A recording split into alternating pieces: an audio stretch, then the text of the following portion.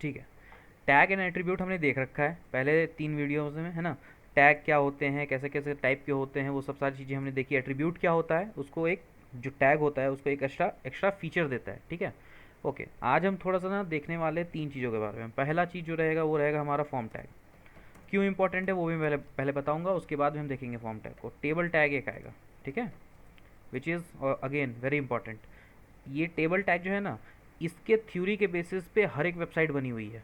हर एक वेबसाइट, आप फ्लिपकार्ट पकड़ लो, कुछ भी पकड़ लो, एनी वेबसाइट, ठीक है, सब इस टेबल टैग के थ्योरी पे ही बनी हुई है। मैं नहीं बोल रहा हूँ कि टेबल टेबल टैग पे ही बनी हुई है, लेकिन इसी के थ्योरी पे बनी हुई है, तो बहुत इंपॉर्टेंट होने वाला है। ULLI टैग होती है, ठीक है, क्या होती है वो हम देखेंगे। फिलहाल फॉर्म टैग को पकड़ते हैं। देखो फॉर्म टैग ना क्या होता है वो पहले बताता हूँ, ठीक है, मतलब कहाँ कहाँ पे यूज़ होता है, कितनी जगह, ज़्यादा जगह पे यूज़ होती है। अब एक चीज़ देखना, मैं चाहे कोई भी चीज़ खोल लूँ, जैसे कि मैं यूट्यूब खोल लेता हूँ, ठीक है, यूट्यूब मैंने ओपन कर लिया।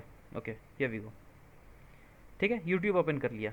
अब एक चीज़ देखना, सर्च यहाँ पर आ रहा है, ठीक है ना, यहाँ पे सर्च आ रहा है। मेजरली हम लोग जो काम करते हैं वो कैसे करते हैं, सर्च करते हैं।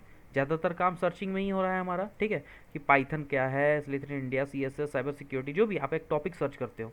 लेकिन जितना भी डेटा है ना, जितना भी डेटा क्या हो रहा है, जा रहा है या फिर आ रहा है, सबसे पहले में हमने क्या देखा था कि what is website all about, कि यहाँ से हमने रिक्वेस्ट भेजा, ठीक है, रिक्वेस्ट भेजा अदर एंड पे, और अदर एंड से क्या आएगा, रिस्पॉन्स हमारे पास में आएगा। क्या आएगा, रिस्पॉन्स हमारे पास में आएगा। रिक्वेस्ट कैसे भेजते हैं, कोई भी URL के फॉर्म पे, और रिस्पॉन्स कैसे आता है, फाइल्स के फॉर्म पे, या फिर जो भी डेटा हमारी होती है उसके फॉर्म पे, ठीक है, ऐसे ही आता है रिस्पॉन्स। यहाँ पर भी तो वही हो रहा है, मतलब पूरा वेबसाइट जो है ना इसी के ऊपर बेस्ड है, कि हम कुछ ना कुछ डेटा यहाँ से एक्स्ट्रा भेजेंगे डोमेन नेम के साथ में, और उसके अकॉर्डिंग हमें रिस्पॉन्स मिलेगी। अब ये सर्च देखो, हर जगह पे आप देख रहे होगे सर्च। यहाँ पे अगर देखोगे तो सर्च, ऐसे इसको राइट क्लिक करके एक बार इंस्पेक्ट करते हैं कि ये सर्च है क्या। देखो यहाँ पर आ जाता है, ठीक है, यहाँ पर जैसे माउस लेकर के आऊँगा ना तो ये सेक्शन हाईलाइट हो जाएगा।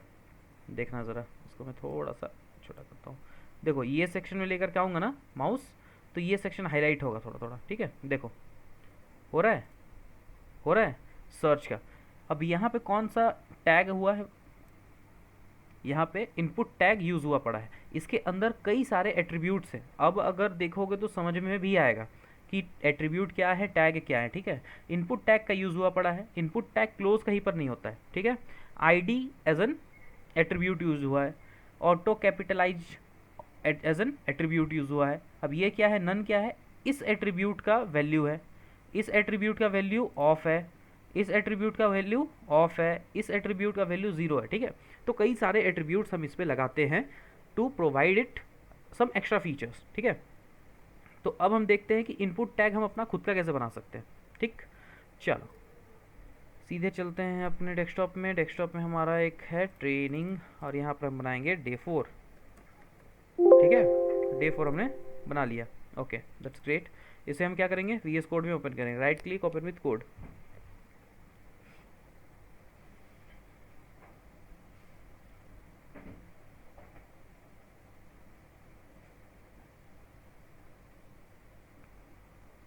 ओके, इसका कमांड सबको पता है क्या, इसका कमांड पता है, कल सभी ने ज्वाइन करा था लेफ्ट साइड में, जो हमने बताया था कि कैसे कैसे हम पूरे फाइल को एक्सेस कर सकते हैं using VS code. Yes, no, yes sir. Okay, ठीक है। तो यहाँ पर हम क्या करेंगे, वेलकम स्क्रीन को हटाते हैं, और यहाँ पर एक सिंपल सा हम फाइल बनाएंगे, index.html। बना लिया, ओपन भी हो गया यहाँ पे, ठीक है। अच्छा, बेसिक HTML अगर लाना है तो क्या करना है हमें, सिंपल एंटर, ठीक है। क्या करा मैंने, एक्सक्लेमेशन मार्क, और पहला ऑप्शन आ रहा है तो एंटर अगर लेंगे तो हमारा बेसिक HTML का कोड ओपन होकर के आ जाता है। इसके बाद में क्या करना है हमें, सबसे पहला इनपुट टैग। इनपुट टैग के लिए क्या पता था हमें, इनपुट अगर लिखेंगे डायरेक्ट एंटर मारेंगे तो वो आ जाएगा, फॉर्मेट के साथ में आ जाएगा, ठीक है। प्लस यहाँ पे हमें एक चीज़ ध्यान रखना है, इनपुट टैग क्लोज नहीं होगा, ठीक है। सबसे पहले इसका थोड़ा सा आउटपुट निकाल लेते हैं, साइड बाय साइड कर लेते हैं, सो दैट कि हमें थोड़ा सा आसानी होगा चीज़ों को करने में। तो इसको राइट साइड लेकर के आ जाता हूँ, ठीक है, राइट साइड आ गया, ओके। ओके, जैसे ही मैंने क्या करा, इसको मैं क्लोज कर लेता हूँ पहले तो, जैसे मैंने क्या करा, इनपुट टैग लिया, वैसे ही एक सेक्शन बन करके आ गया, अगर दिख रहा होगा स्क्रीन में तो ठीक है। इसके ऊपर में अगर मैं H2 टैग लूँगा, एक यहाँ पर लिखूँगा वेलकम, ठीक है, वेलकम लिख दिया। यहाँ पर रिफ्रेश, तो क्या हुआ, वेलकम आया, उसके बाद में एक टैग आ गया है, एक इनपुट टैग, एक वहाँ पे बॉक्स क्रिएट करा हुआ है इसमें, ठीक है। ओके, यहाँ पर मैं कुछ भी लिखूँ ना, जैसे कि वेलकम टू स्लिथरिन लिखता हूँ, ठीक है, तो वो एज इट इज़ यहाँ पर लिखा हुआ आएगा। लेकिन इसके भी अलग अलग प्रॉपर्टीज़ होते हैं, जैसे कि यहाँ पर पहले ही देख रहे होगे type is equal to text लिखा हुआ है, ठीक है। Type is equal to text का क्या मतलब है, यहाँ पे हम कुछ भी दे सकते हैं, टेक्स्ट दे सकते हैं, नंबर्स दे सकते हैं, कुछ स्पेशल कैरेक्टर्स दे सकते हैं, ठीक है, कुछ भी, anything you can like enter over here. अब इसमें कुछ एक्स्ट्रा फीचर्स हमें लगाने हैं, जैसे कि अगर एक्स्ट्रा फीचर लगाने हैं, इसका मतलब क्या है कि इसमें कुछ प्लेस होल्डर देना है। सोचो कि अगर ये मुझे दिख रहा है, अब मुझे पता ही नहीं कि इसके अंदर में एंटर क्या करना है, ठीक है। कई बार ये होता है ना, लिखा हुआ रहता है कि एंटर योर फ़ोन नंबर, यहाँ इस प्लेस पे लिखा हुआ रहता है एंटर योर फ़ोन नंबर, तो उससे हम कहते हैं प्लेस होल्डर, जो कि अगेन एक एट्रीब्यूट है, ठीक है। प्लेस होल्डर लिखने के बाद में इक्वल टू के बाद में उसका वैल्यू जाएगा। अब इस वैल्यू में जो कुछ भी हम लिखते हैं वो डायरेक्टली स्क्रीन में विजिबल होगा। एंटर योर नेम सपोजली मैंने लिखा, ठीक है, कुछ भी एक सेंटेंस भी लिख दोगे ना तो वो यहाँ पर विजिबल होगा। Refresh, enter your name. अब ये चीज़ जो है ना, जैसे ही आप पहला कुछ भी लिखोगे, सपोज मैंने ए लिखा, ए जैसे लिखूंगा, वो पीछे वाला जो प्लेस होल्डर है ना वो सारा रिमूव हो जाएगा एक साथ में, ठीक है। ओके, जैसे ही इसे हटाऊंगा अगेन वो आ जाएगा, ठीक। इसके बाद में इस तरीके से हम अलग अलग चीज़ों को हैंडल कर सकते हैं। अगर पासवर्ड देना है तो एंटर योर पासवर्ड लिख देंगे, ठीक है। लेकिन कभी कभी क्या होता है ना कि इसमें अभी एक ट्रिक भी बताऊंगा मैं, चलो ठीक है, एक ट्रिक बताऊंगा। एंटर योर पासवर्ड बोल रहा है, ठीक। अब सोच के देखो कि अगर मैं यहाँ पर कुछ डालूँ, सपोज़ मेरा पासवर्ड है क्या, PASSWORD, लेकिन ये तो दिख गया। आप लोगों को कभी बार दिखा होगा कि यहाँ पे ना डॉट डॉट आते हैं, ठीक है, वो भी इसी का कमाल है। हम क्या करते हैं कि टेक्स्ट जो आपका एट्रीब्यूट है ना, उसमें कई सारे वेरिएंट आते हैं, जैसे कि टेक्स्ट एक वेरिएंट आया, ठीक है, इसी को मैं कॉपी पेस्ट कर रहा हूँ। अभी कितने आएंगे, 2 आएंगे। पहले वाले में नेम के लिए मैंने टेक्स्ट एज एन टाइप जो है, टाइप को हमने टेक्स्ट असाइन कर रखा था। सेकंड वाले में हम टेक्स्ट को और भी कई तरीके से असाइन कर सकते हो, तो इसमें हम पासवर्ड असाइन कर देते हैं। अगर मैंने type is equal to password लिख दिया तो पता है क्या होगा, सेकंड वाला जो है उसमें मैं कुछ भी लिखूं वो डॉट से रिप्रेजेंट करेगा इस चीज़ को, ठीक है। वहीं पे फर्स्ट वाला जो है उसमें कुछ भी लिखूंगा तो वो टेक्स्ट में रिप्रेजेंट कर रहा है, ठीक। इसका मतलब क्या है, पासवर्ड वाले में ये चीज़ शो नहीं होगा, जो भी हम लिखेंगे वो चीज़ शो नहीं होगा, किसमें, पासवर्ड वाले में। और यहाँ पर लिख दूंगा मैं क्या, एंटर योर पासवर्ड, नेम की जगह पास, ऐसा, ठीक है, एंटर योर पास, ओके, ठीक है। जैसे रिफ्रेश करूंगा यहाँ पे आ जाएगा enter your name, enter your pass, ठीक है।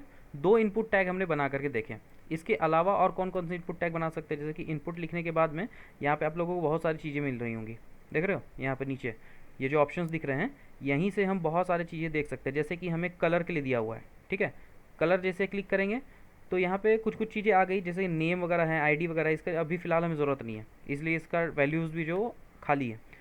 Type is equal to colour लिखा हमने, सीधे यहाँ पर रिफ्रेश करो और यहाँ पे आपका एक ऑप्शन आ जाता है। अब पता है क्या, आप कलर भी चूज़ कर सकते हो, देखो, ठीक है। कई बार आप लोगों को दिखाता होगा कि कलर चूज़ कैसे करते हैं, तो कलर चूज़ इस तरीके से भी किया जा सकता है इन योर वेबसाइट इटसेल्फ, ठीक है। इसके बाद में और कुछ तरीके से हो सकते हैं, जैसे कि इनपुट लगाने के बाद में चेक बॉक्स, यहाँ देखो नीचे में यहाँ पर इस एरिया में चेक बॉक्स दिख रहा है, इसमें क्लिक करूँगा मैं तो क्या होगा, अगेन नेम एंड आईडी आ गया है, इसको हम रिमूव कर देंगे, अभी हमें ज़रूरत नहीं है, जब बैकएंड कनेक्ट करेंगे उस टाइम पे ज़रूरत होगी, ठीक है। ये क्या कर रहा है, चेक बॉक्स दिख रहा है क्या, सभी को दिख रहा है, yes no, yes sir. Yes, okay. Checkbox का एक काम होता है कि चेक करना, ठीक है।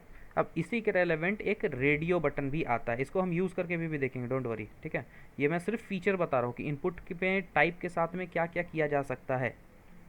रेडियो में क्या होता है, आप लोगों ने क्विज़ खेला होगा, ABCD होता है, ठीक है, तो उसमें रेडियो बटन का यूज़ किया जाता है, देख रहे हो।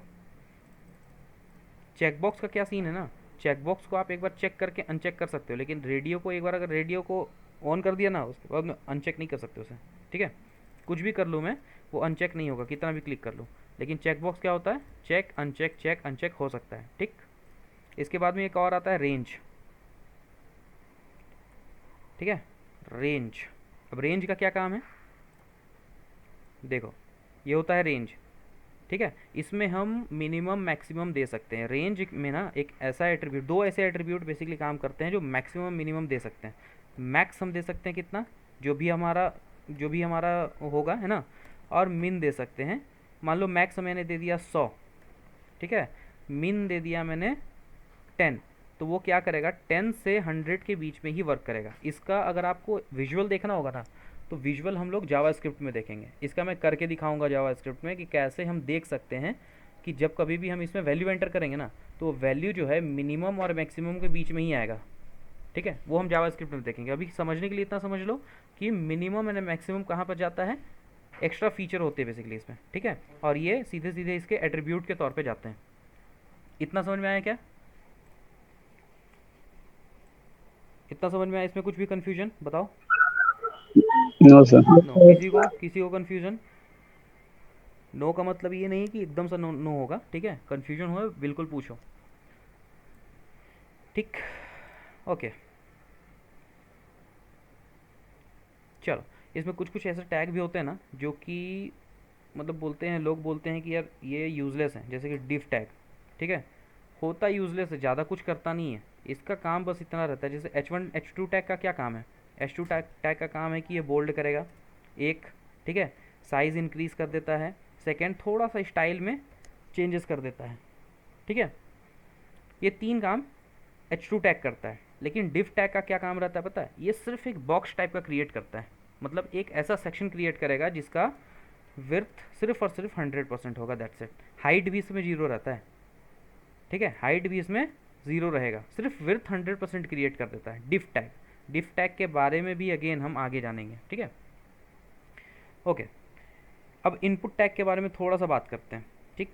जैसे कि अगर मुझे कुछ फॉर्म बनाना है, यहीं पर देख लो यूट्यूब जो हमने खोला हुआ था उसमें इनपुट टैग का बहुत सारा चीज़ और दिया हुआ था, ठीक है ना।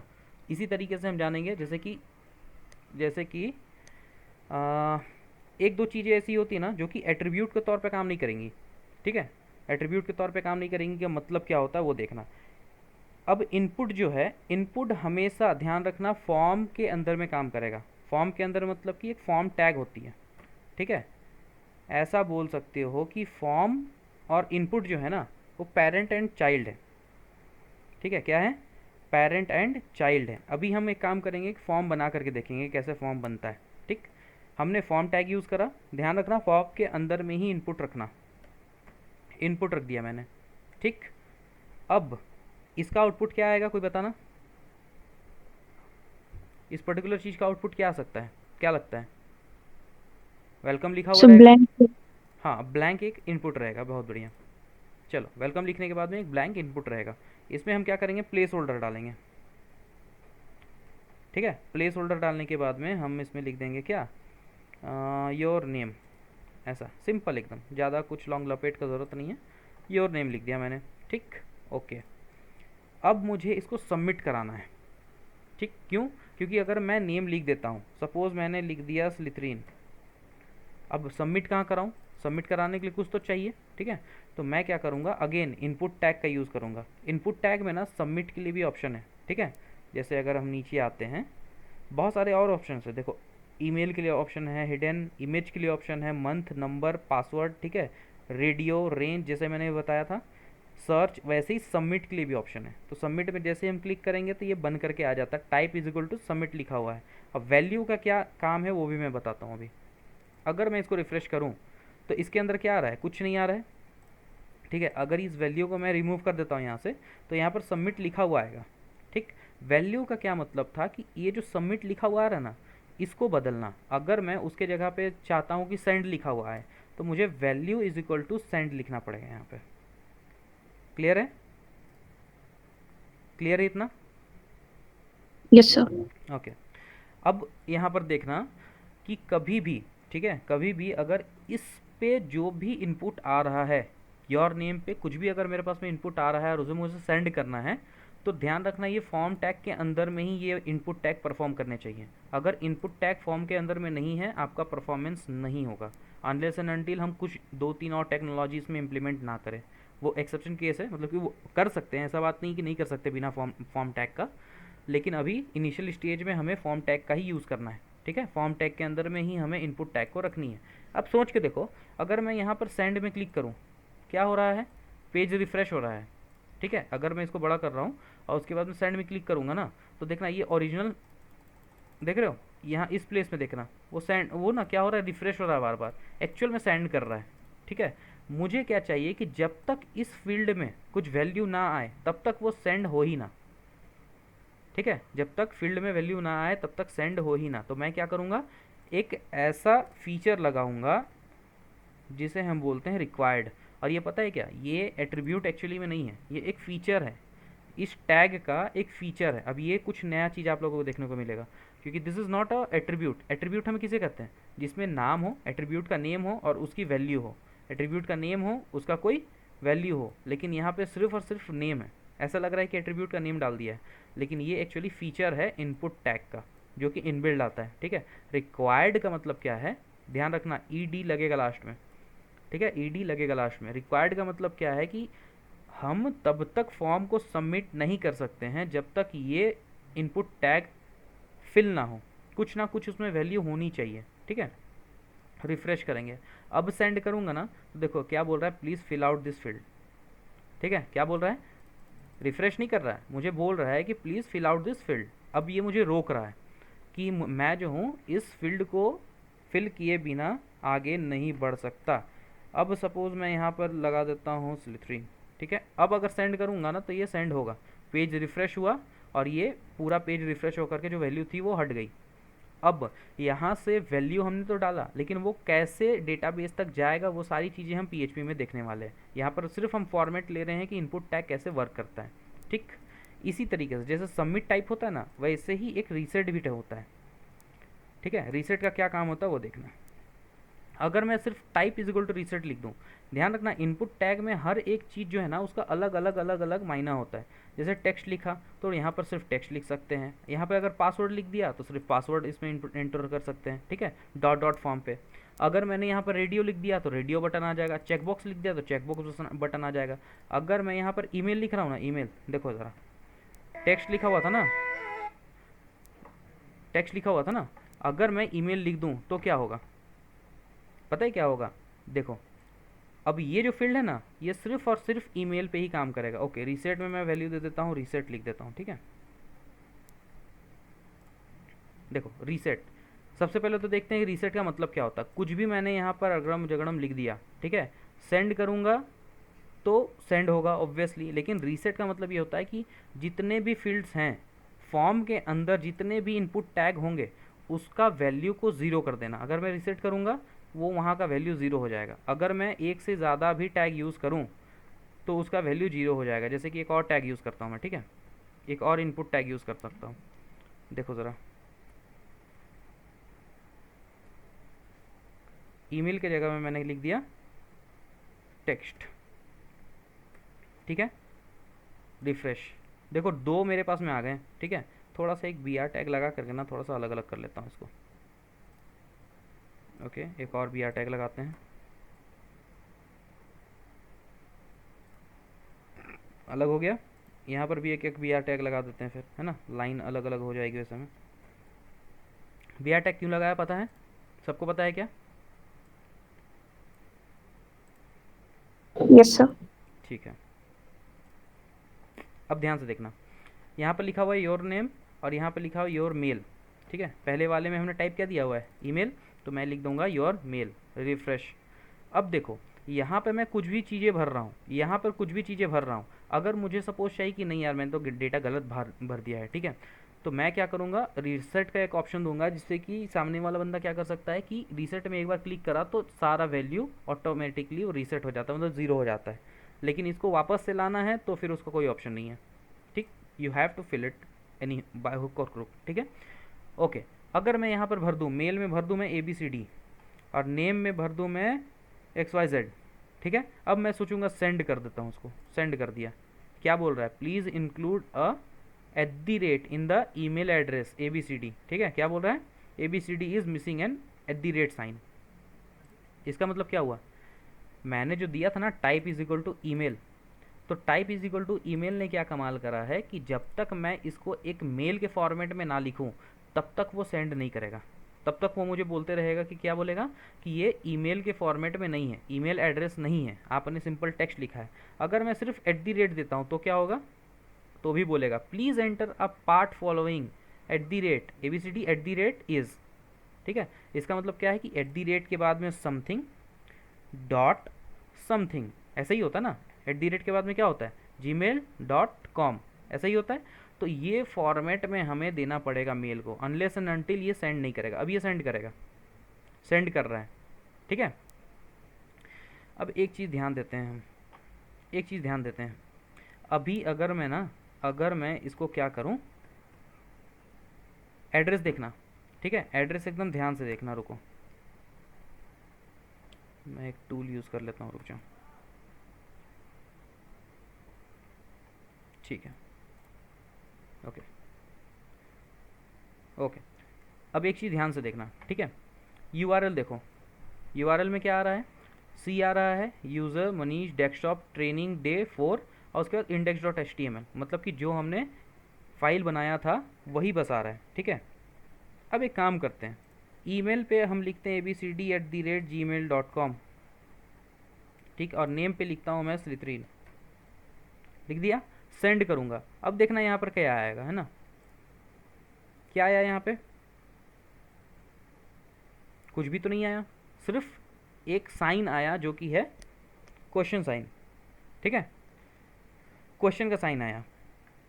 अब एक और चीज़ देखना, यहाँ पर जब मैंने नॉर्मली फॉर्म बना करके सेंड करा तो कुछ नहीं आ रहा है, इनफैक्ट यहाँ पे तो बोल भी रहा है मेरे को कि आप जो है एंटर करो इस फील्ड को।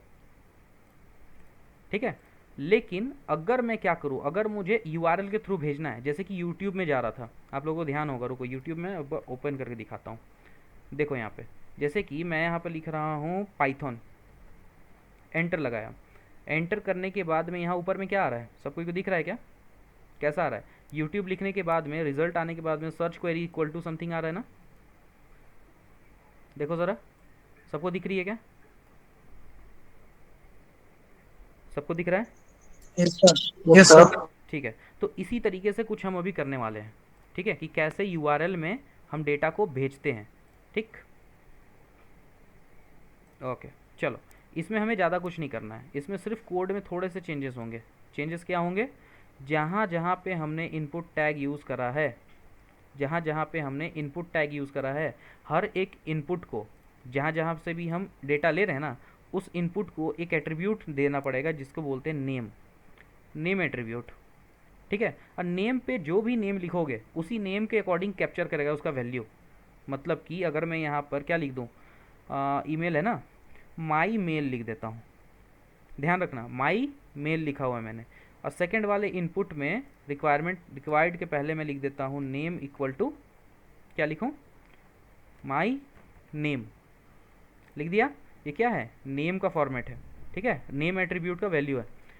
अब इतना बस लिख दिया ना, अब यहाँ पर वर्क करने लग जाएगा, कैसे वो देखना, मैं इसको करता हूँ रिफ्रेश एक बारी। ठीक है, रिफ्रेश कर दिया मैंने, index.html तक आ रहा है, ओके। मेल मैं दे रहा हूँ, अभी क्या दूँ, qwer@gmail.com दे दिया। नेम में क्या दूंगा मैं, स्लिथरीन एडुटेक लिख दिया, सेंड करता हूँ। अब देखना ज़रा, अभी कुछ दिख रहा है क्या, कुछ दिख रहा है, क्या हो रहा है, index.html, पहले बात ये बताओ कि सबको शो हो रहा है कि नहीं हो रहा है, शो हो रहा है ना, हाँ चलो ठीक है। देखो index.html आया, उसके बाद में क्वेश्चन का सिंबल आया, ठीक है, ये हमारा पहले भी आ रहा था जब तक हमने नेम नहीं दे रखा था। हमने क्या दिया था, नेम माई मेल, ठीक है, हमने क्या दिया था, नेम माई मेल। तो माई मेल में क्या आ रहा है, QWER, उसके बाद में हमने @ लगाया था, तो @ को ना URL में इस तरीके से रीड किया जाता है। ठीक, उसके बाद क्या आ रहा है, gmail.com आ रहा है। एंड का मतलब कि इसके अलावा भी हमारा कुछ है, क्या है, माई नेम, जो हमने नेम इनपुट टैग में यूज़ करा था, क्या था, स्लिथरीन एडुटेक। अब इसके आगे हमें बैकएंड में पढ़ना है कि अगर ये URL आ जाता है तो इस यूआरएल के बेसिस पे हम कैसे डेटा को लेंगे, इसे बोलते हैं हम गेट मेथड। ठीक है, this is called get method. इस यूआरएल के फॉर्मेट में हम डेटा को कैसे लेंगे और इस डेटा को कैसे हम डेटाबेस में स्टोर करेंगे, that we will like learn in PHP. ठीक है, इतना समझ में आया क्या? इतना क्लियर है? Yes sir. पक्का? Yes sir. रीसेट का क्या काम होता है बताना कोई? जैसे मैंने ABCD लिख दिया, @gmail.com लिख दिया, उसके बाद मैं नेम में नहीं लिखूंगा, सेंड करूंगा। अच्छा, ये तो मेरे को बोलेगा फिल दिस फॉर्म, हेलो लिखा मैंने। रीसेट का क्या काम रहेगा? और क्लियर कर वो दे। दोनों सेंटर सारा क्लियर कर देगा। क्लियर कर देगा। वेरी गुड, गुड, मतलब कि समझ में आ रहा है। ओके, अब इसके बाद चलते हैं। अब ये चीज़ तो समझ में आ गया ना, फॉर्म और ये इनपुट। ठीक है, अब एक बात बताओ ज़रा, थोड़ा सा हम लोग ना उल्टे दिमाग से भी सोचते हैं। क्या हो कि अगर मैं फॉर्म लिखूँ ही ना, मैं फॉर्म को ओपन भी और क्लोज दोनों को मैं क्या कर दूँ, कमेंट कर दूँ। अब इसको रिफ्रेश करते हैं, क्या होगा? फॉर्म लिखने से और ना लिखने से क्या प्रॉब्लम आ सकती है? सर कुछ नहीं आएगी। ये तो आ तो रहा है यहाँ पे, देखो रिफ्रेश कर रहा हूँ तो आ रहा है यहाँ पे। आएगा, बिल्कुल आएगा, लेकिन आपका फीचर्स जो है ना वो काम करना बंद कर देगा। जैसे कि अगर मैं यहाँ पे कुछ लिख रहा हूँ ऐसा, ठीक है, रीसेट क्लिक करा, रीसेट वर्क नहीं करेगा। सेंड क्लिक करा, सेंड वर्क नहीं करेगा। समझ रहे हो? ठीक है सर। ये सब चीज़ें जो है ना वर्क नहीं करेंगी। तो अगर मैं फॉर्म नहीं लिखता हूँ तो ये इनपुट टैग जो है ना एक दूसरे से कनेक्टेड नहीं होंगे फिर। ठीक, तो ये बेसिकली यूज़ होता है फॉर्म का। ठीक है, ओके, ठीक है गाइज। इसके बाद में हम क्या देखेंगे? इसके बाद में हम सिंपल देखते हैं हमारा टेबल टैग। अब एक चीज़ ध्यान देना, ठीक है, एक चीज़ ध्यान देना। ओके, टेबल जो होता है ना पूरा लेआउट बनाने में मदद करता है। ठीक है, पूरा लेआउट का मतलब देखो, डिज़ाइनिंग कभी भी करते हो ना, लेआउट इज़ द प्राइम। अगर आपने लेआउट नहीं बनाया हुआ है, ठीक है, देखो लेआउट किसे बोलते हैं वो मैं दिखा देता हूँ। लेआउट, वर्ड लाइन,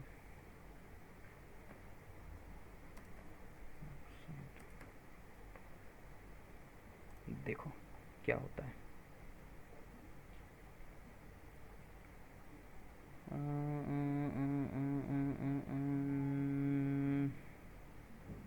चलो एक लाइव वेबसाइट में देखते हैं। ठीक है, लाइव वेबसाइट मतलब यही वेबसाइट में देखते हैं, सिंपल है ना। मैं यहाँ पे कलर चूज़ कर लेता हूँ, येलो। ओके, अब यहाँ देखो, लेआउट अगर मैं देखना चालू करूँ तो कैसा लेआउट देख रहा हूँ मैं? एक तो पहला ये, ठीक है, ये सेक्शन मैं अलग करूँगा। इस सेक्शन में भी 3 अलग अलग सेक्शन है। ठीक है, पहला सेक्शन ये हो गया जिसमें कि 3 चीज़ें दी गई हैं। दूसरा सेक्शन ये हो गया जिसमें कि मेरी सिर्फ और सिर्फ सर्चिंग के लिए या फिर वॉइस के थ्रू सर्चिंग के लिए दी हुई हैं। तीसरा ये सेक्शन हो गया जिसमें मेरा लोगो है और एक्सपेंड के लिए ऑप्शन दिया हुआ है। ठीक, ये एक हो गया। उसके बाद में दूसरा लेआउट क्या आएगा मेरा? ये साइड वाला लेआउट जिसमें कि एक्स्ट्रा फीचर्स वगैरह दिए गए हैं, जिसमें से हम जंप कर सकते हैं, होम में जा सकते हैं, शॉर्टकट, सब्सक्राइब्स। ठीक है, उसके बाद में क्या है, ये एक और छोटा सा दिया हुआ है यहाँ पे जो कि हमारा फ़िल्टर के लिए काम करता है। ठीक, इसके बाद में एक ऐसा बॉक्स है जिसमें कि मेन मेरा जितना भी कंटेंट है वो कैरी करेगा। अब इसके अंदर में भी कुछ कुछ लेआउट्स हैं, जैसे कि हमारा रिपीटेड लेआउट जिसको बोलते हैं ना, वो ये है। इमेज कैरी किया हुआ है, टाइटल कैरी किया हुआ है, ठीक है, डिस्क्रिप्शंस कैरी किए हुए हैं, और एक यहाँ पे ऑप्शन कैरी किया हुआ है। और ये जो है ये एक बॉक्स में है, कहीं ना कहीं देखोगे तो एक बॉक्स में है, और यही बॉक्स रिपीटेडली रिपीट हो रहा है। यहाँ पे हो क्या रहा है, बेसिकली हो क्या रहा है, सारी चीज़ें बॉक्सेस में काम कर रहे हैं क्या? सारी चीज़ें बॉक्सेस में काम कर रहे हैं क्या? बताना। Yes sir. सारी चीज़ों को हमने बॉक्स में देखा। अब ये काम करते हैं, चलो फ्लिपकार्ट में भी थोड़ा सा विजिट करके देखते हैं क्या है। देखो ज़रा, यहाँ पे तो और क्लियर दिख रहा होगा। ठीक है, जैसे कि ये एक एक सेक्शन हो गया ये। ठीक है, चलो थोड़ा सा कलर चेंज कर लेता हूँ, ढंग से नहीं दिख रहा। ओके, ये एक सेक्शन हो गया, दिस वन सेक्शन। ठीक है, इसके अंदर में कई सारे सेक्शन हो सकते हैं। ये दूसरा सेक्शन हो गया, इसके अंदर में कई सारे सेक्शन हैं जिसमें कि ये एक सेक्शन है, ये एक सेक्शन है जो कि रिपीटेड काम कर रहा है ना, इमेज और टेक्स्ट, इमेज और टेक्स्ट में काम कर रहा है, ठीक। उसके बाद में ये एक सेक्शन है जो कि एज एन स्लाइडर काम कर रहा है, ठीक। इसके बाद में ये एक मेन कंटेंट आपका सेक्शन है जिसमें कि अगेन इमेज क्या होगा आपका, एक इमेज है, इमेज के नीचे में आपका कुछ एक टेक्स्ट है, टेक्स्ट के नीचे में आपके प्राइस हैं और उसके नीचे आपकी कंपनी है, ठीक है। तो ये जितने भी चीज़ें, चार चीज़ें जो हैं ये एक बॉक्स में होंगी, तभी तो ये रिपीटेडली काम कर रही है। ये बॉक्स यहाँ पे भी होगा, ये बॉक्स यहाँ पे भी होगा, यही बॉक्स यहाँ पे भी होगा, ठीक है। This is called layout. अगर हमें लेआउट बनाना है, एक सिंपल लेआउट बनाना है, तो बॉक्सेस के फॉर्म पे ही बनाते हैं, ठीक है। और ये सारी चीज़ें किस पे बेस्ड होती हैं, टेबल पे। टेबल पे क्यों, क्योंकि देखोगे तो रॉ एंड कॉलम ही तो हैं, उससे अलावा है कुछ, सोच के देखो, उसके अलावा और कुछ नहीं है। या तो रॉ फॉर्म पे है या तो टेबल फॉर्म पे है। रॉ फॉर्म पे और टेबल फॉर्म पे कैसे, वो थोड़ा समझने की कोशिश करते हैं हम, ठीक है। ओके, अब देखना यहाँ पे रॉ फॉर्म पे और टेबल फॉर्म पे मैं क्यों बोल रहा हूँ। या तो वेबसाइट कुछ ऐसा है कि ऐसा आ रहा है, एक सेक्शन बन रहा है, उसके बाद में फिर से एक सेक्शन बन रहा है, ठीक है, फिर से ये से एक सेक्शन बन रहा है, और ये कोई एक बड़ा सा सेक्शन बन रहा है। इस टाइप से अगर वेबसाइट अगर हमारी दिख रही है, ठीक है ना, तो ये कैसा फॉर्मेट है, कितना रॉ है इसमें, बताना कोई, रॉ कितने हैं इसमें, 4। 4 रो है, एक रॉ, ठीक है। ओ, चलो कोई नहीं, एक बार फिर से बना लेते हैं, एक बार फिर से बनाना होगा। नंबर 1, नंबर 2, नंबर 3 ऐसा बड़ा सा, उसके बाद में एक ऐसा नंबर 4 करके आ जाएगा यहाँ पे, ठीक है। Number of Ross 1 2 4 3 4। Number of columns only 1, 1। एक ही है। नंबर ऑफ कॉलम्स तो एक ही है ना। अगर मैंने नंबर ऑफ कॉलम सपोज बढ़ाना है मेरे को, तो मुझे क्या करना पड़ेगा, एक ऐसा बीच से लाइन ले लूँगा, ऐसा लाइन है, बॉक्स नहीं है। तो अब क्या हुए, अब क्या हुआ, नंबर ऑफ रॉ कितना हुआ, एक रॉ, दो रॉ, तीन रॉ, चार रॉ, लेकिन कॉलम कितने हुए, एक ये कॉलम और एक ये 2। कॉलम, ठीक है, दो कॉलम हुए। रॉ एंड कॉलम पे ही लेआउट सारा सेट होता है, इतना समझ लेना, ठीक है, क्लियर है इतना बात। अब रॉ एंड कॉलम हम रॉ ऐसे टेबल से कैसे डिफाइन कर सकते हैं वो देखना, ठीक है। सबसे पहले तो टेबल का हम फॉर्मेट देखेंगे कोड में, ठीक। थ्योरी हमें समझ में आया इतना, ओके। थ्योरी समझने के बाद में अब हम थोड़ा सा देखते हैं कि हमारा टेबल का फॉर्मेट क्या होता है। टेबल का फॉर्मेट सिंपल है, TABL टेबल लिख दिया, इसके अंदर TR होता है रॉ के लिए और TD होती है कॉलम के लिए, ठीक है। हालांकि TR को बोलते हैं टेबल रॉ और TD को बोलते हैं टेबल डेटा, ठीक है। TD को क्या बोलेंगे, टेबल डेटा। और जितने भी चीज़ें हैं वो हमारी डेटा में ही जाती हैं। ध्यान रखना ये रॉ है, ये रॉ है, ये पूरा एक रॉ है। रॉ के अंदर कितने कॉलम जाएंगे वो हमें डिसाइड करना है। सपोज हमने लिखा कि T1, ठीक है, T1 T2 करके लिखेंगे, देखो T2, ठीक है। अब इसका मतलब क्या है, ये जो कोड लिखा है मैंने इसका क्या मतलब है कि हमने एक रॉ का यूज़ करा है, ठीक है, और एक रॉ के अंदर में कितना डाला है, दो कॉलम डाला है क्या, ध्यान से देखो, एक रॉ, TR यहाँ से स्टार्ट, TR यहाँ पर क्लोज, उसके बाद तो और TR नहीं है, रॉ नहीं है, मतलब कि एक रॉ है और दो कॉलम है। ये हमें दिखेंगे नहीं अभी, ठीक है। देखो ये T1 T2 ही दिखेगी। देखना है तो एक इसमें एट्रीब्यूट लगाना पड़ेगा, कौन सा, border attribute. Border is equal to 1। हालांकि ये रेड में इसलिए आ रहा है क्योंकि ये इलीगल है। इलीगल मतलब कि ऐसा नहीं कि मतलब जेल हो जाएगा, ठीक है। इलीगल का ये मतलब है कि जब आप SEO यूज़ करोगे ना, कोई भी एक वेबसाइट बनता है और उसको SEO में डाला जाता है, तो उस टाइम पे क्या होता है कि कुछ कुछ ऐसे अभी एट्रीब्यूट या फिर कुछ कुछ ऐसे अभी टैग्स है ना जो कि SEO ने क्राउल करना बंद कर दिया है। जैसे कि आपके सेंटर टैग, देखो यहाँ पर सेंटर लिखूंगा ना वो भी रेड में आएगा, आ रहा है क्या, सेंटर टैग, ये सब टैग जो है ना वो अभी गूगल ने क्राउल करना बंद कर, मतलब स्कैन करना बंद कर दिया है, ठीक है। SEO के बारे में भी एक दिन हम अच्छे से डिस्कशन करेंगे, उस दिन समझ में आएगा ये क्या है नहीं है, ओके।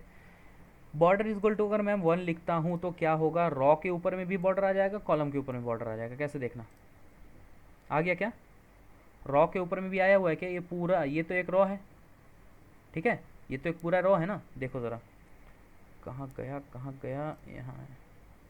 देखो ये तो एक रॉ है पूरा, तो बॉर्डर है क्या वहाँ पे, पूरा बॉर्डर है क्या एक रॉ में।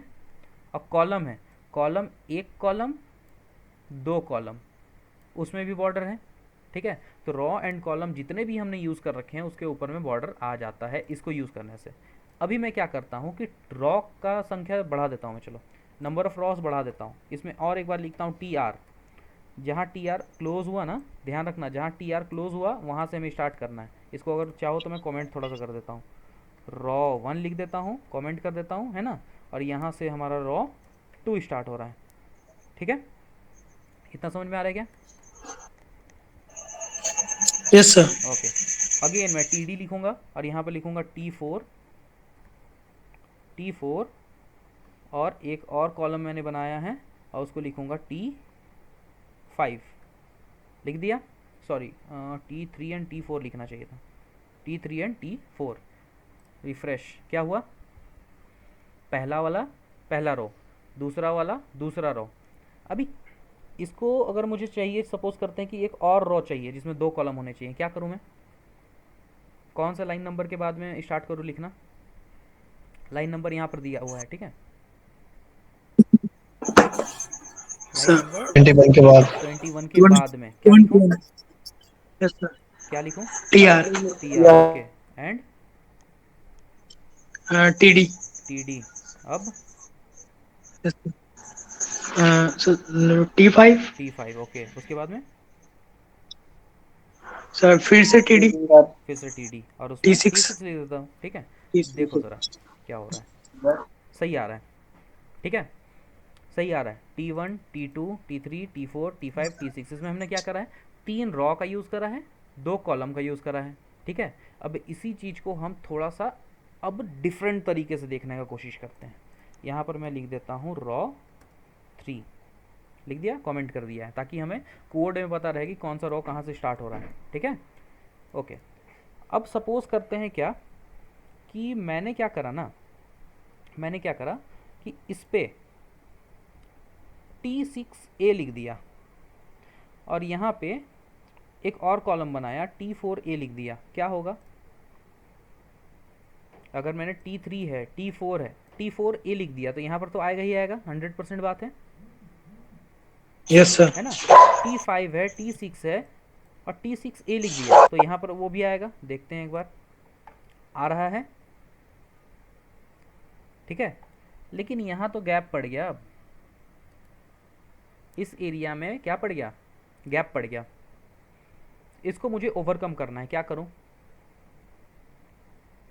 सर एमपीटी छोड़ देंगे शायद। एम्प्टी छोड़ दे, चलो। अगर मुझे चाहिए कि नहीं, T2 का जो एरिया है ना वो ऐसा हो कि यहाँ से लेकर के पूरा ये एरिया कवर करे, पूरा एरिया कवर करे, तो इसके लिए भी हमारे पास में एक उपाय है, ठीक है। अभी देखो यहाँ पर कॉल स्पैन और रो स्पैन का काम आ जाता है। यहाँ पे देखना, T2 जो है उसको किसको कैप्चर करना है, कॉलम को कैप्चर करना है या रो को, ये सर रोको। रॉ को, मतलब कि अप एंड नीचे, ऊपर नीचे वाला रॉ को पूरा को कैप्चर करना है। रॉ तो यही है ना, नहीं ये सर, रॉ, कॉलम को कॉलम को कॉलम को, कॉलम को। मतलब ये कॉलम और ये कॉलम दोनों को कैप्चर करना है ना। कौन कैप्चर करेगा, T2 कैप्चर करेगा। T2 के अंदर में एक ऐसा फीचर हम देंगे, एक ऐसा एट्रीब्यूट देंगे TD को, ठीक है, जो कि कॉलम कैप्चर कर पाए, कॉल स्पैन जिसको बोलते हैं हम, ठीक है, COLSPAN। कॉल स्पैन में जितना भी नंबर दोगे उतना नंबर ऑफ कॉलम को ये कैप्चर करने का कैपेबिलिटी रखता है। फिर अगर मैं दो दे दूं तो इसका मतलब क्या होगा कि दो कॉलम को कैप्चर करने का कैपेबिलिटी रखेगा। एक तो वो ऑलरेडी कैप्चर किया हुआ है, दूसरा क्या करेगा कि दूसरे वाले कॉलम को भी कैप्चर करेगा। देखो ज़रा कर रहा है क्या, यस सर कर रहा है। कर रहा है ना। अब एक बात बताओ, कुछ कुछ ये हमारे वेबसाइट का लेआउट ऐसा नहीं दिख रहा है, दिख रहा है क्या, यस सर। दिख रहा है ना। Yes sir. अगर सोचो कि ये लेफ्ट वाले में मैंने क्या बोला था, लेफ्ट वाले में मैंने बोला था, चलो लेफ्ट वाले में कि ये पूरा एक सेक्शन होगा, लेकिन यहाँ तो अभी भी अलग अलग है नहीं है, अलग अलग है ना। T1 अलग है, यस। T3 अलग है, T5 अलग है। तो अब मैं क्या करूँ, सबसे पहले तो मुझे T3 और T5 को उड़ाना पड़ेगा, ठीक, उड़ाना पड़ेगा ना। T3 को मैंने कमेंट करा, करके देखते हैं एक बारी, ठीक है। T5 को मैंने कमेंट करा, कर दिया, दोनों उड़ गए। T1 को मुझे इतना कैपेबिलिटी देना है कि T3 को भी कैप्चर कर सके, T5 को भी कैप्चर कर सके। क्या कर सकते हैं? क्या चीज़ को कैप्चर करना चाह रहा है ये? कॉलम को कैप्चर करना चाह रहा है या रॉ को? This is raw, this is column. तो ये चाह रहा है कॉलम को कैप्चर करना, सेकंड कॉलम को भी अपने अंडर लेना चाहता है और थर्ड कॉलम को भी अपने अंदर लेना चाहता है। तो T1 को मुझे क्या देना पड़ेगा, क्या पावर देनी पड़ेगी? इसको बोलना पड़ेगा कि भाई आप रॉ स्पैन में जाओ, रॉ स्पैन में जाओ, और कितना आप कैप्चर कर सकते हो रॉ? 3। 3। एक बार देखते हैं करके होता है नहीं होता है। हो रहा है क्या? Yes sir. समझ में आ गया क्या? है ना? इस तरीके से हम चीज़ों को कर सकते हैं। अब इसमें अगर मैं चाहूँ कि भाई इतना तो मैंने लेआउट बना दिया, T2 का यहाँ पर लेआउट बना दिया, T1 का यहाँ पर लेआउट बना दिया। अब एक जगह अगर याद होगा, ठीक है, कुछ इस तरीके से था, अगर मैं गलत नहीं हूँ तो। एक यहाँ पे सेक्शन था, लेफ्ट साइड में पूरा सेक्शन कैरी किया हुआ था, और यहाँ पे मेन कंटेंट पकड़े हुए थे पूरे। पकड़ा हुआ था क्या? Yes sir. पकड़ा हुआ था। अब इसको करने के लिए क्या करें? सोचो, लगाओ दिमाग, कैसे लेआउट बनाए इससे। T4 को हम पूरा एक्सपेंड कर सकते हैं तीनों की जगह पे। T4 को क्या हो अगर T4 को मैं पूरा एक्सपेंड कर दूं? तो इसके लिए मुझे क्या करना पड़ेगा? T4A रिमूव करना पड़ेगा, T6A रिमूव करना पड़ेगा, T6 रिमूव करना पड़ेगा, पड़ेगा। सबसे पहले यस सर। T4A रिमूव करते हैं हम, यहाँ पर आ गए हैं, T4A को रिमूव कर दिया, कमेंट कर दिया। उसके बाद T6 रिमूव करते हैं, T6 कहाँ है? यहाँ है, T6 रिमूव कर दिया। T6A रिमूव करना पड़ेगा, T6A यहाँ पर आया, रिमूव कर दिया, कर दिया। अब एक बात बताओ, रिमूव तो कर दिया मैंने, लेकिन इसका कैपेसिटी भी तो बढ़ाना पड़ेगा ना। कैपेसिटी कैसे कैसे बढ़ाना पड़ेगा? Yes sir. सबसे पहला तो रॉ कितना ये कॉल कैप्चर कर स्पैन। सकता है ये? चलो कॉल स्पैन ले लेते हैं। कॉल स्पैन मतलब कॉल स्पैन में कितना होगा? T4 में जाएगा ना। T4 में कॉल स्पैन कितना जाएगा? 2। 2 जाएगा। और भी कुछ जाएगा क्या? कॉलम तो मैंने बढ़ा दिया, ठीक है, मतलब कि ये ऐसा है। हाँ, अभी रॉ स्पैन भी मुझे लेना पड़ेगा इसमें, दोनों का कॉम्बिनेशन, रॉ स्पैन। ये भी कितना? 2, क्योंकि ये 2 कॉलम अगर 2। कैरी कर रहा है तो 2 रॉ भी तो कैरी करेगा, है ना। करके यस देखते हैं, सर। हो रहा है। लेआउट में आ गया। और लेआउट में कैसे कैसे आया पता है? क्योंकि इसका भी कैपेसिटी उतना ही, इसका कैपेसिटी उतना ही है, तो उतने में ही आ गया, ठीक है। ठीक है सर। एक टाइप का लेआउट बन गया ये। हम्म। कॉल स्पैन रॉ स्पैन का यूज़ समझ में आया, टेबल का यूज़ समझ में आया, टेबल कैसे यूज़ किया जाता है। हालांकि इसे जनरली हम ऐसे यूज़ नहीं करते हैं, जनरली हम इसको ना रॉ स्पैन ज़्यादा, रॉ स्पैन कॉल स्पैन को उतना बहुत ज़्यादा भी यूज़ नहीं किया जाता है, बट हाँ इसको नॉर्मल वे में ही हम यूज़ करते हैं, ठीक है। इसको मैं ऑन कमेंट कर देता हूँ हर एक जगह से, ओके। इसको मैंने सर रिमूव, अगर जो हम रो स्पैम ना लिखे तो फिर भी ऐसा ही आ जाएगा। ऐसा ही आएगा, प्रॉब्लम नहीं है, मैं सिर्फ समझाने के लिए बता रहा था, ठीक है, कि ठीक है raw sir. Span column span कैसे वर्क करता है, ठीक। देखो, अब ये अपना नॉर्मल फेज़ में है, हालांकि नॉर्मल फेज़ में नहीं रहेगा क्योंकि कैपेसिटी मैंने ऊपर नीचे करके रखा हुआ है पूरा, ठीक है। रॉ स्पैन कॉल स्पैन ऊपर नीचे पूरा करके रखा है, देख रहे हो, इस टाइप से भी कर सकते हो, ओके। चलो कोई ना, एक नया ही बना लेंगे हम, कोई प्रॉब्लम नहीं है, ठीक है। इस तरीके से करने के बाद में TR क्लोज, देखना ये सब का ना ओपन क्लोज बहुत मैटर कर जाता है, ठीक है, इस टाइप से। और ये हमारा बन करके रेडी हो जाता है। टेबल बहुत इंपॉर्टेंट है, रीज़न कि कभी भी आपका डेटा लेकर के आना होता है ना, देखो मैंने फॉर्म पे क्या बताया, फॉर्म में बताया कि डेटा भेजते कैसे URL के फॉर्म पे, ठीक है, URL में कर करके भेजना कैसा है, इनपुट टैग का यूज़ करके। अब जब डेटा आप लोग डेटाबेस में भेजना सीख जाओगे ना, तो उसके बाद जब डेटा लेकर के आना होता है तो उसको सबको टेबल टैग में ही हमें रख करके लाना पड़ता है, ठीक है, इस पे ही रख करके लाना होगा। ये अलग बात है कि आप बाद में TR TD को जो है अपने अकॉर्डिंग CSS लगा करके ब्यूटीफाई करो या फिर मॉडिफाई करो, लेकिन लाना तो आपको इसी में है, ठीक है।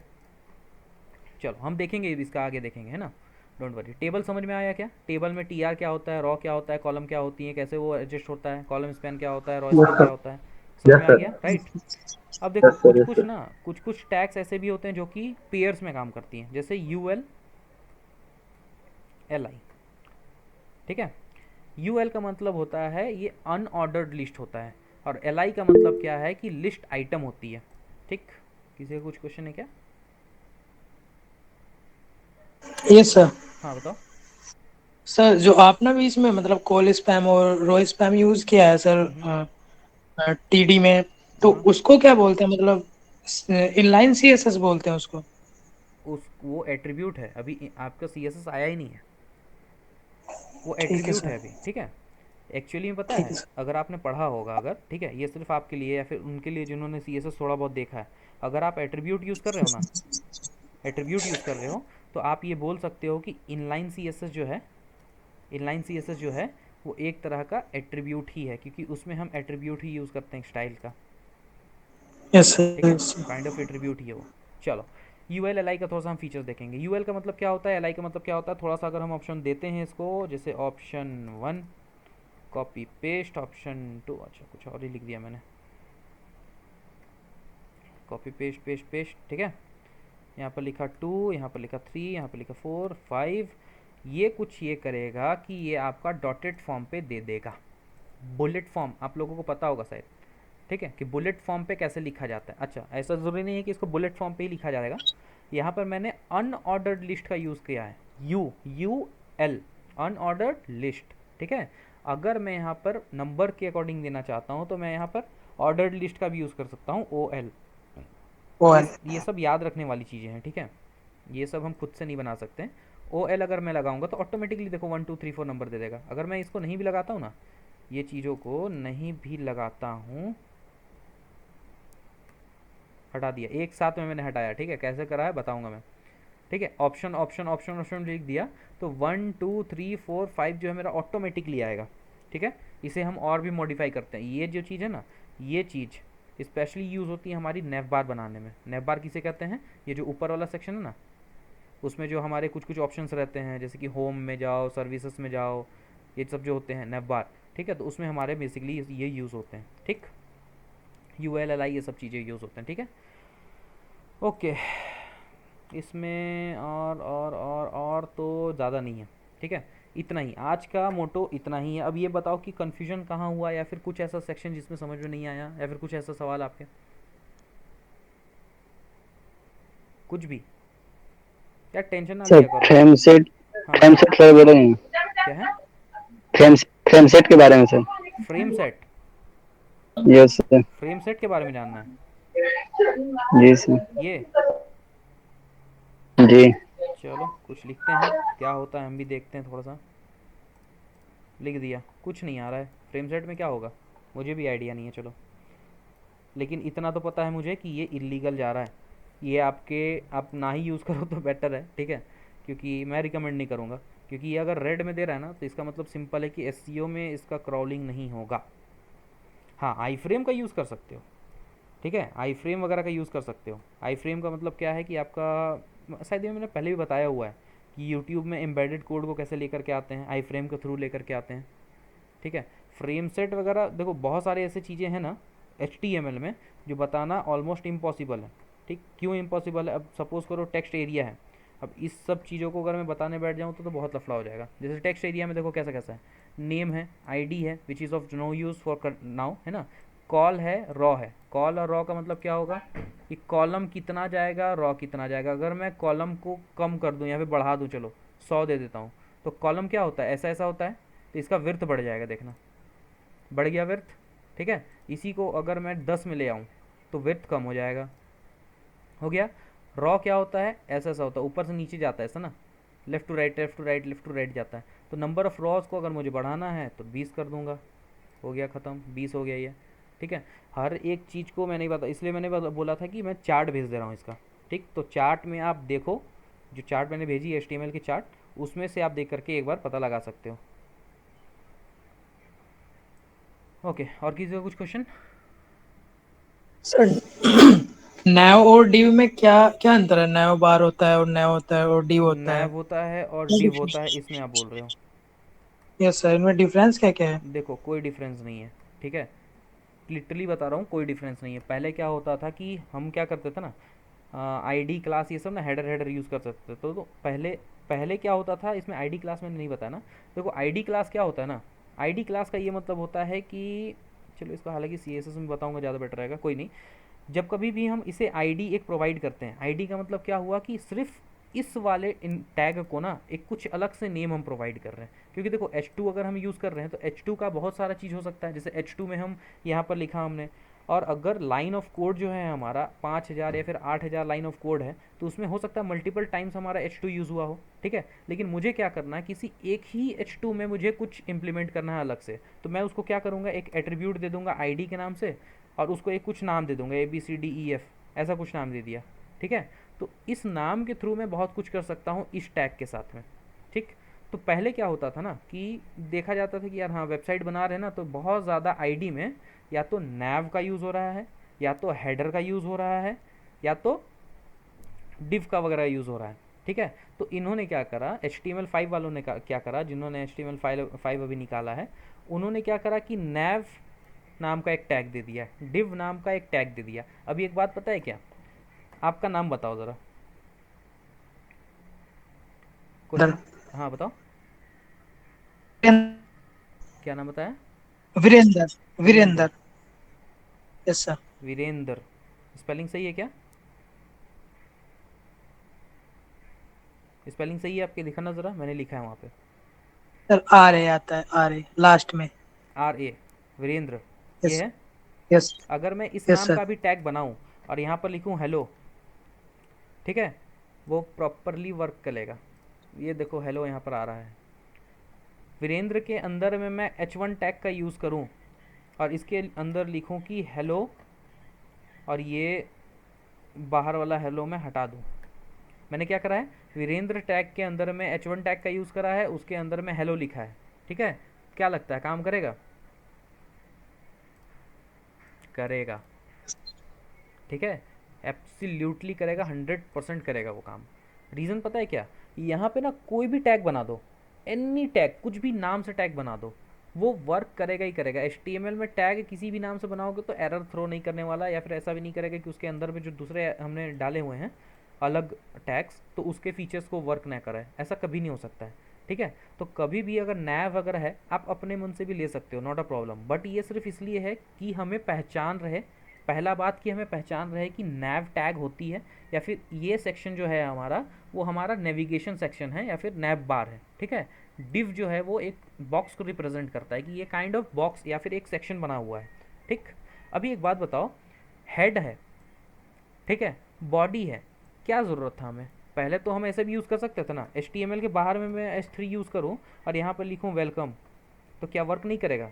सोचो, कर रहा है ना वर्क, प्रॉपरली वर्क कर यस रहा है। सर। HTML के बाहर में भी लिखा है मैंने, है ना। लेकिन मैंने इन सब चीज़ों को यूज़ क्यों करा है, ताकि ये थोड़ा सा ऑर्गेनाइज फॉर्म पे रहे। हेड के अंदर में ही हमारा सारा एक्स्ट्रा डिटेल्स रहे, जितने भी लिंक्स हो गए, टाइटल हो गए, मेटा टैग हो गई, ये सारी चीज़ें हमारे हेड के अंदर में रहे। जितने भी हमारे एलिमेंट है जो कि शो होने वाले स्क्रीन में, वो बॉडी टैग के अंदर में रहे, ठीक है। इसके अंदर में भी बहुत सारी चीज़ें हम अलग अलग रखते हैं, जैसे H2 को मैंने अलग रखा है, OLLI को मैंने अलग रखा है, वैसे ही नैपबार को अलग रखेंगे, div को अलग रखेंगे, ठीक है। तो क्योंकि देखो यहाँ पर ना बहुत लंबे लंबे लाइन ऑफ कोड बनते हैं, ऑनेस्टली बता रहा हूँ, मैंने सिर्फ मुझे लगता है कि एक मैंने वेबसाइट बनाई थी, 19,000 के आसपास लाइन ऑफ कोड गया था उसका, 19,000, ठीक है। ऑप्टिमाइज था, ऑप्टिमाइज में 19,000 लाइन ऑफ कोड गया हुआ था। तो उसको अगर मुझे ऑर्गेनाइज फॉर्म पे रखना है, तो मुझे कुछ कुछ ऐसे बॉक्सेस बनाने पड़ेंगे, कुछ कुछ ऐसे कमेंट देने पड़ेंगे, जिससे कि मेरा काम जो है वो आसान हो जाए। इसी वजह से सिर्फ इन सब चीज़ों को बनाया गया है। और दूसरा रीज़न ये है कि आपका जब बूटस्ट्रैप यूज़ करोगे ना, तो बूटस्ट्रैप में nav वगैरह जो है ना, ये सब टैग, इनके लिए अलग से CSS लिखे होते हैं, ठीक है, अलग से CSS लिख रखे होते हैं। वो जब आप CSS पढ़ोगे और उसके बाद जब बूटस्ट्रैप में एंटर करेंगे ना, उस टाइम पे समझ में आएगा कि nav टैग क्यों रहता है, या फिर nav टैग का क्या यूज़ रहता है ज़्यादातर, ठीक है। उस टाइम पे आपको प्रॉपरली समझ में आएगा, ठीक है। ठीक है सर। ओके, और किसी का कुछ क्वेश्चन? बताओ बताओ। कैरसेट डीपली, कैरसेट, चलो मैं कल कर दूंगा यार, टाइम अभी निकल चुका है अपने हाथ से, ठीक है। कैरसेट में कर देता, कोई इशू नहीं है। लेकिन टाइम अभी निकल चुका है, चलो हद हो गया है। देख रहे हो फिर कैसे अलाउ करूँ मैं? चलो रिकॉर्डिंग पहले रोकता हूँ।